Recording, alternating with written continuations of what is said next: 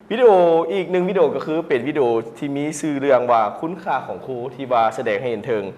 การอุทิศตนของครูต่อการซิดซ้อนและก็การสร้างบุคลากรเพื่อว่ารับใช้ประเทศชาติเนื้อในวิดีโอดังกล่าวนี้จะเป็นอะไรพวกเขาไปเบิ่งอีกทีหนึ่ง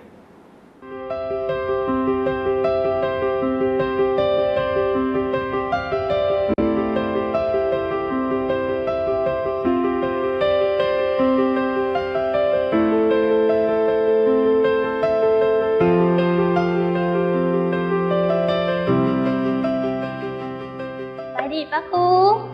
ครูนี่ไรจือหลานบอการเรียนการสอนมันบ่แม่นเรื่องง่ายแต่ก็บ่แม่นเรื่องยากเกินไปถ้ามีใจรักและมีความตั้งใจในอาชีพครูเหมือนครูนี่ยากเต็มทนคนคืนอดสาครูเฮ็ดสิ่งที่สำคัญทุกๆมื้อบ่แม่นเพื่อชื่อเสียงหรือเกียรติยศครูเฮ็ดทุกสิ่งทุกอย่างเพื่ออนาคตของลูกหลานสิตนให้สมดังใจอีกนั้นครูยังดิ้นถึงครูจะพบพ่อกับสถานการณ์ใดก็ตามครูก็ยังมีความพยายามตลอดมาด้วยความจริงใจตั้งใจที่อยากให้ลูกหลานได้มาโรงเรียนเพื่อเรียนหนังสือสิทธิสอนอกเอ๋ยของครูต้องสู้ทนไป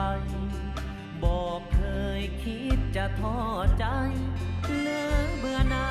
ยในชีวิตครูย้อนว่าเขาเจ้าเชื่อในสิ่งที่ยิ่งใหญ่กว่านั่นเป็นการได้เห็นอนาคตที่ดีงามของนักเรียนทุกคน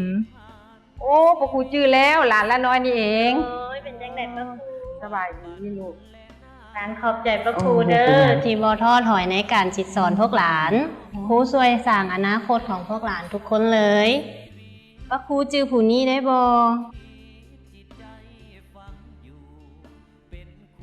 เดี๋ยวนี้เราเป็นครูแล้วไดเท้าสาลีตอนนี้เราเป็นพนักงานห้องการ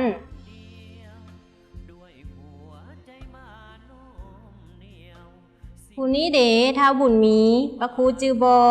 โอ้ทางบุญมีปะครูจื้อแล้วมักเหงานอนอยู่ในห้องหันเนาะเดี๋ยวนี้เราเป็นพนักงานกระทรวงเกษตรกรรมและสิ่งแวดล้อมแล้วไดแล้วยังมีอีกหลายคนแบบผู้นี้เด้ครูจื้อบ่นางนาลีตอนนี้เราเป็นวิศวกรแล้วเด้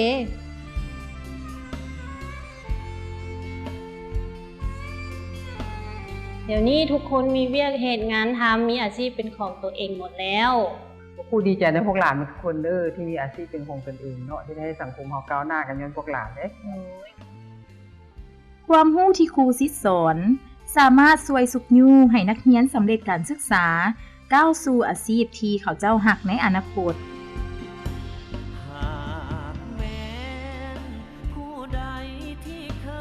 ไอ้ป้าครูหลานสิพาไปกวดสุขภาพครูเป็นอย่างมาบ่ค่อยดีไปเลยช่วงนี้มันบ่แอดๆนั่นลูกโอ้ย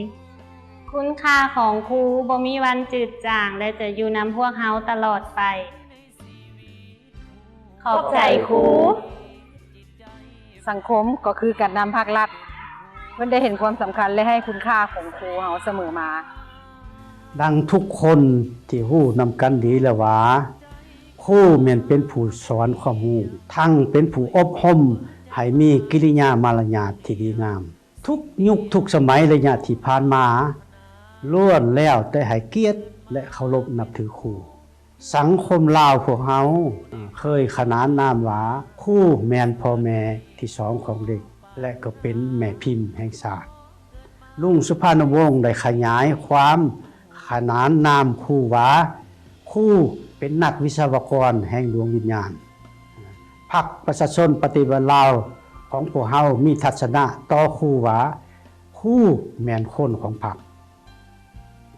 นักปรัชญาโบราณของจีนท่านคงชื่อว่าแผน1 ปีเป็นปลูกข้าวแผน10 ปีปลูกไม้และแผน100 ปีเป็นสร้างคนเรารวมแล้วครูเป็นผู้สร้างคนเพื่อสร้างสาพัฒนาประเทศชาติ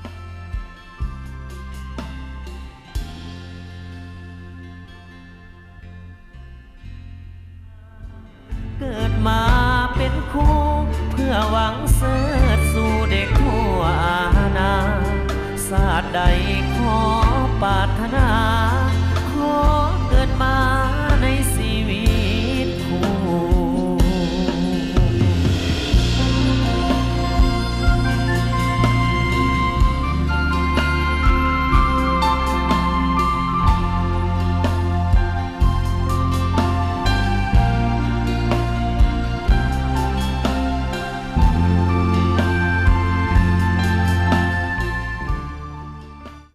ผู้ชมนั่นเองคือจะเป็นหนึ่งใน2วิดีโอที่ว่าเพื่อนได้มีการเปิดโตในแผนการโฆษณาส่งเสริมการศึกษาแห่งชาติเนื่องในวันครูแห่งชาติที่ว่าผ่านมานั่นเองท่านใดที่ว่าอยากจะเบิ่งเกี่ยวกับทั้ง2วิดีโอดังกล่าวเบิ่งคืนหรือว่าเบิ่งย้อนหลังได้อยู่ที่เพจ Facebook ของ Lao Star หรือว่าโทรภาพศึกษาและก็ YouTube วิดีโอสำหรับการพัฒนาครูพร้อมทั้งสื่อออนไลน์ของสำนักข่าวต่างๆได้ท่านผู้ชม